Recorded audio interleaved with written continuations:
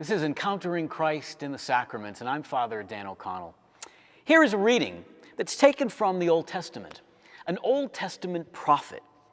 And the prophet writes, "The word of the Lord came to me saying, before I formed you in the womb, I knew you. Before you were born, I set you apart. I appointed you as a prophet to the nations." "Ah, sovereign Lord," I said, "I don't know how to speak. I am only young." But the Lord said to me, "Don't say that I am too young. You must go to everyone that I send you and do what I command you.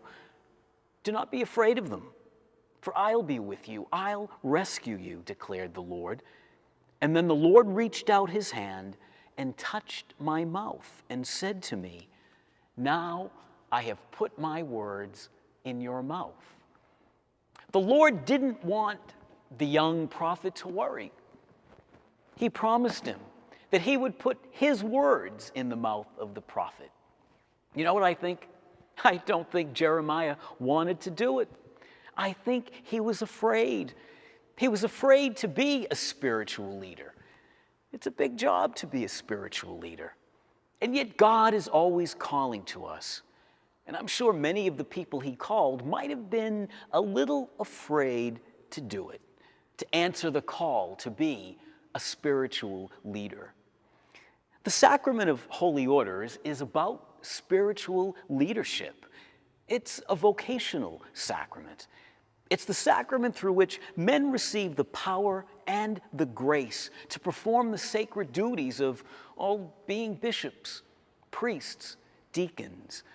At the time of our baptism, we're all anointed, just as Jesus was, priest, prophet, and king. We hear all the time about the work of the priesthood of the baptized, important work, a work that all baptized people are called to build up the church. Sacramental priesthood is a bit different.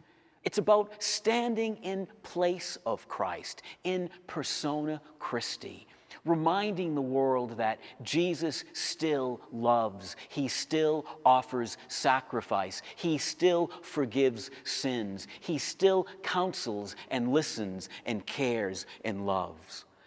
It's through the gift of priesthood that so many of our sacramental rites are able to take place. See, a priest is a mediator between God and the human race.